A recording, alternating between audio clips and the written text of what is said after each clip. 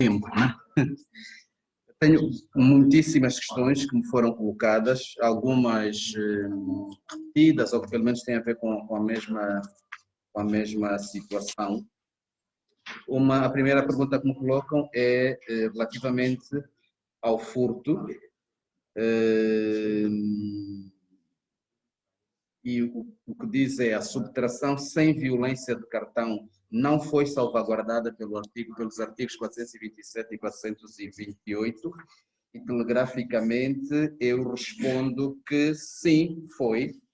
E se nós vermos o artigo 427, e é aí onde se salvaguardou essa subtração ou uso, na verdade, a expressão mais correta seria uso sem violência, porque se nós olharmos para o artigo 427, vamos ver que ele refere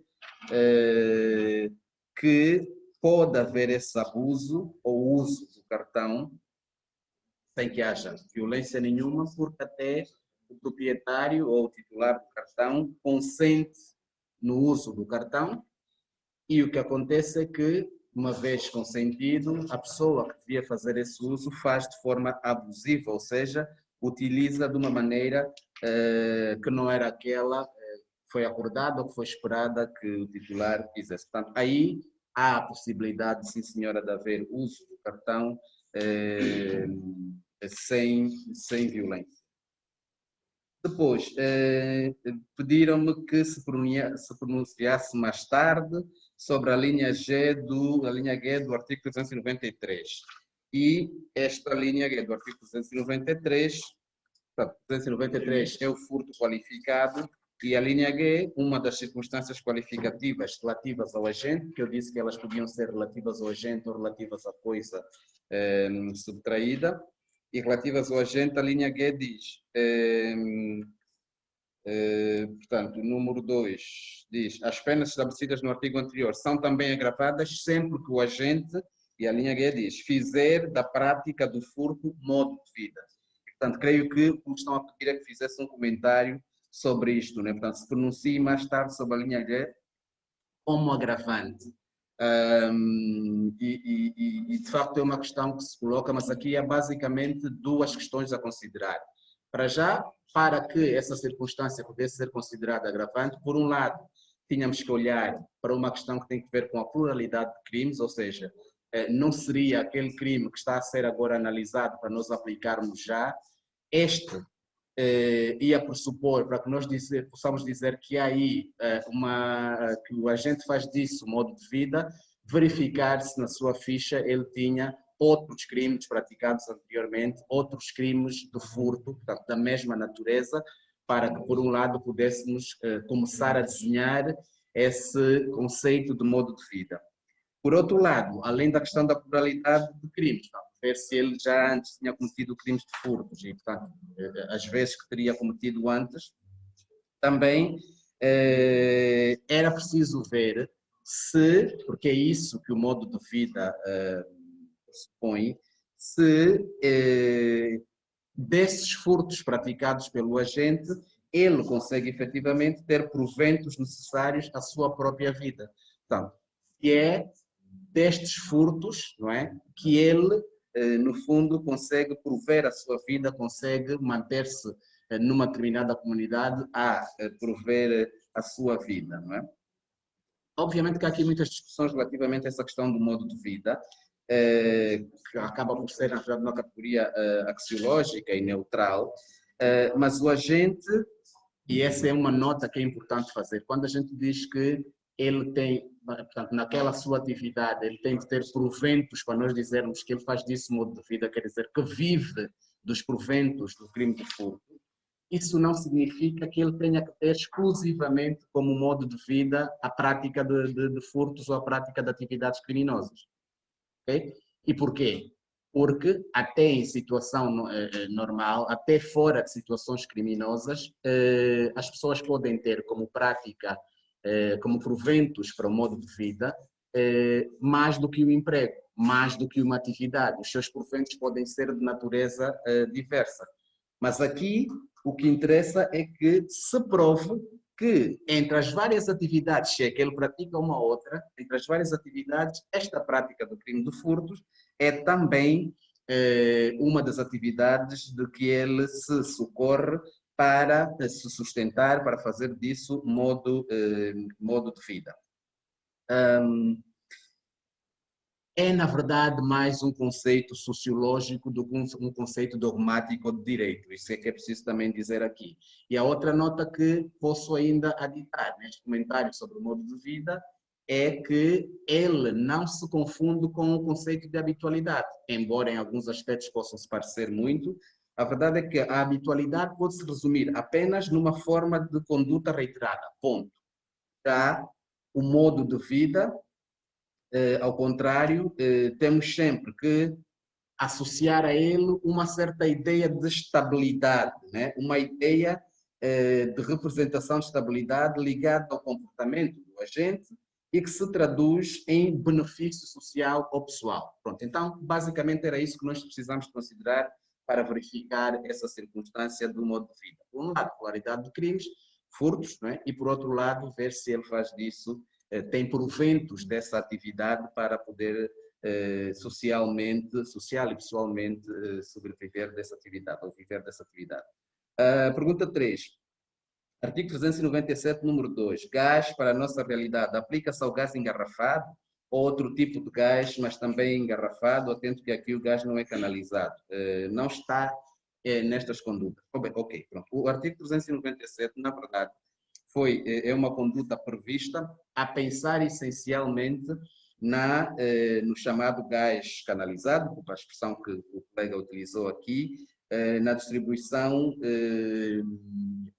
centralizada, não é, digamos assim, gás, como acontece na maior parte ou em boa parte das sociedades mais desenvolvidas, que não é bem o nosso caso para efeitos do gás. Nós continuamos a ter, e eu disse isso na minha apresentação, essencialmente botijas de gás, o que significa dizer que este tipo não vai deixar, portanto, não está dirigido, porque até nós vemos aqui que se fala de redes de distribuição, portanto, estamos a pensar em gás canalizado, mas não se deixa de responsabilizar o gás ou o furto de gás que se faz por botija, e aí seria, nos termos normais do furto do 392, ou, havendo alguma circunstância qualificativa, nos termos do artigo 393. Portanto, a botija, íamos para aquilo que sempre fizemos, aquilo que fazemos hoje com o 421, no 1986, passaríamos então a fazer com o 392, mas não poderíamos enquadrar no 399, que está virado para essa questão da distribuição,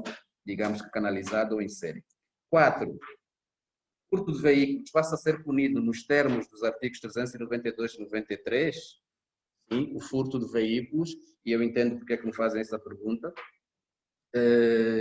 é punido como furto simples ou havendo alguma circunstância de qualificação, poderá ser furto qualificado, mas deixa de ter aquele tratamento que o Decreto-Lei 44.939 lhe dava, não é?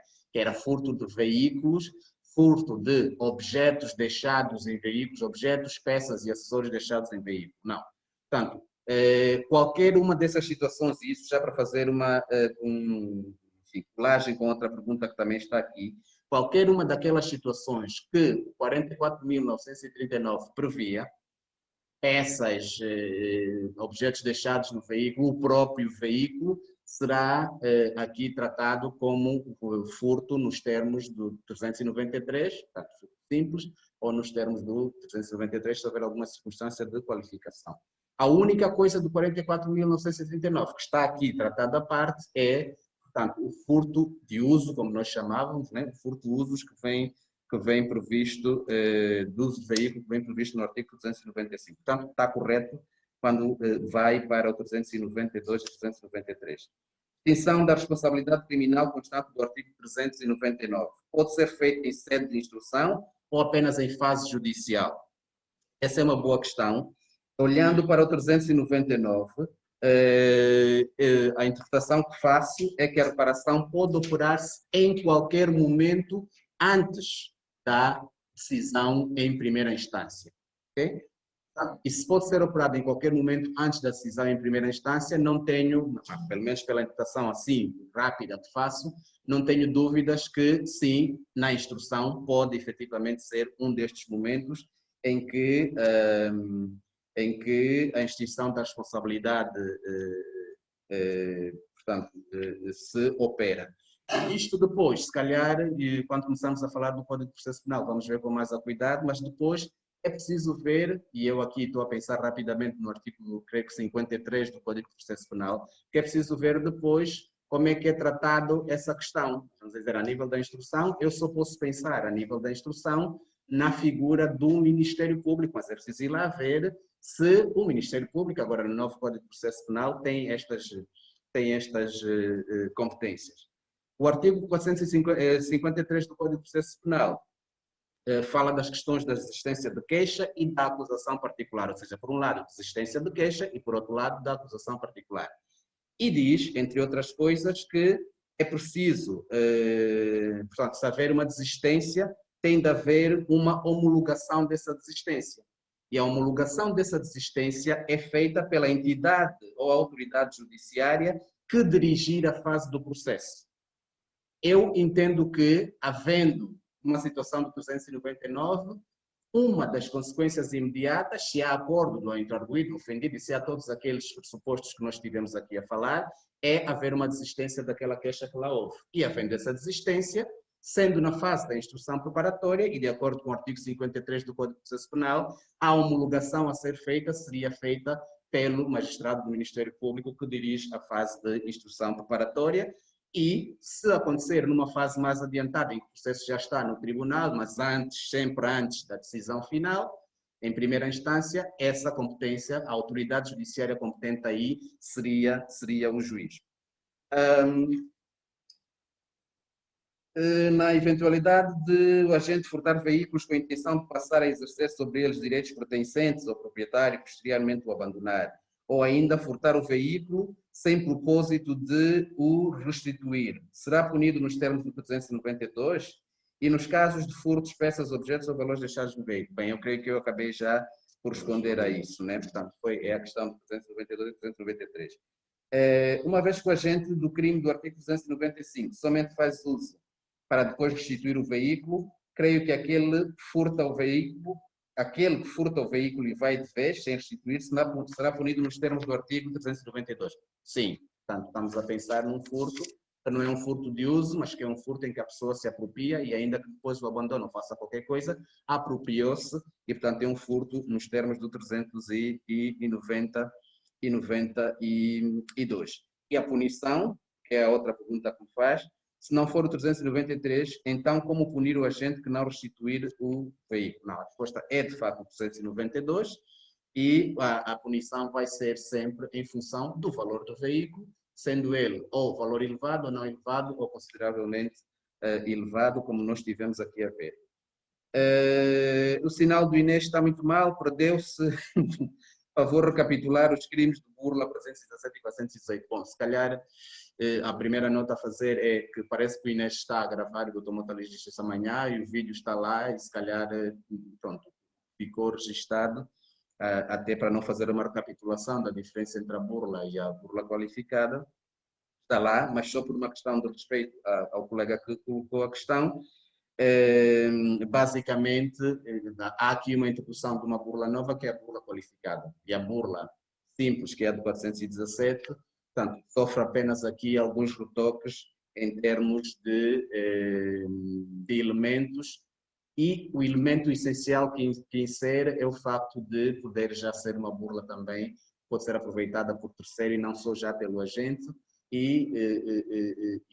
portanto, isso seria a nota distintiva essencial. E depois, entre burla simples e burla qualificada, o que realmente estabelece uma diferença, sendo que na burla qualificada os elementos constitutivos são essencialmente aqueles do tipo fundamental, no caso é a burla simples, e depois o que vai fazer com que ela se torne qualificada são os vários números que o artigo 418 traz. Portanto, acho que assim, muito rapidinho, seria essa a nota a fazer. Dr. Bamba, é legítimo incluirmos no artigo 405 a figura do fiel depositário que tenha descaminhado os bens à sua guarda? Eu, olhando para o 405, penso que sim. Penso que sim, se está exatamente a pensar nele. Portanto, quando eu vejo o 405 a referir-se, portanto, a pessoa que, por virtude de depósito imposto por lei, ou quando se refere ao depositário judicial, eu consigo claramente ver a possibilidade, sim, de um fiel depositário que resulte de disposição legal, quer de uma disposição que o põe como depositário judicial, possa ser enquadrado efetivamente aqui nessa situação, nesse artigo, desculpa. Será punido o agente nos termos do artigo 292 se o valor da coisa subtraída for diminuta, independentemente dos seus elementos do tipo figurarem-se no furto qualificado no furto qualificado 293? Sim, porque a nota principal é o furto qualificado, não pode haver qualificações para valores diminutos, ponto. 2, o valor diminuto é, na verdade, parte do valor não elevado. Significa dizer que, quando nós estivermos a ver um valor diminuto, um furto com valor diminuto, era no artigo 392, portanto, aquela primeira parte, em que nós estamos, primeira parte da primeira linha, não é?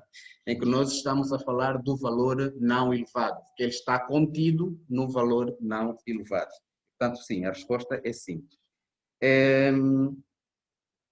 Nos últimos tempos tem havido subtrações de dinheiro por meio de cartão expresso, bastante para tal o agente possuir o número do IBAN da vítima. Onde se enquadrará este comportamento a olhar para o artigo 428? Olha, eu confesso que eu ouvi essa história, mas eu não consegui perceber exatamente como é que esse tipo de furto se opera, ou como é que essa atividade se opera. Parece que andavam umas pessoas a ligarem e a pedir os números e assim. Não o consigo ver diretamente relacionado com o 428, porque, segundo o que diz, eu só posso responder de acordo com aquilo que diz, o que se envia é um IBAN e tudo acontece. Eu confesso e tenho que reconhecer aqui a minha ignorância a esse respeito, portanto, que a partir do IBAN se passa tudo, não estou sequer a querer pôr em dúvida, mas para o 428, parece-me que essa questão do IBAN não se podia reconduzir a questões que aqui sim se colocam de cartão subtraído, ainda por cima por violência. Eu, no meio disso tudo, o que consigo ver aqui é isto cair depois num saco sem fundo que vai dar com um furto simples. Se provar que a partir daquele IBAN a pessoa conseguiu efetivamente subtrair um valor da conta de outra. Mas a minha principal dificuldade é perceber como é que se opera, não é? Como é que a subtração aqui se faz para se calhar enquadrar melhor a questão.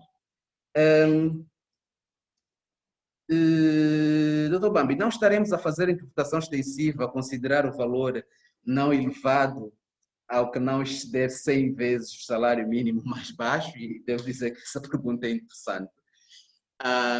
E se calhar eu ainda pus mais pilha, porque quando comecei a falar disse que havia a definição de todos os valores e o valor elevado não estava lá, apesar de nos tipos a seguir a gente ver isto. Não, eu creio que não há uma interpretação extensiva, quando muito uma interpretação textual. Porquê? Porque não se está aqui a ditar nenhum valor novo. É um valor que vem contido, na verdade, na norma que está aí e que já existe, não é? É a norma de 391. Quando muito, poderemos estar a denominar, mas também o próprio nome, valor não elevado, constam dos tipos, e, portanto, se está a fazer uma interpretação textual para, efetivamente, levar a que uma questão já prevista, não é? Porque quando nós vamos ver a definição de valor não elevado ou de valor elevado, está ali, nós não estamos a ditar nem mais nem menos, é o que lá está, sendo que não tem um tratamento, digamos que autónomo, separado no tipo que vem descrever os vários valores. Mas o valor está ali e creio que aí não há problemas de interpretação extensiva.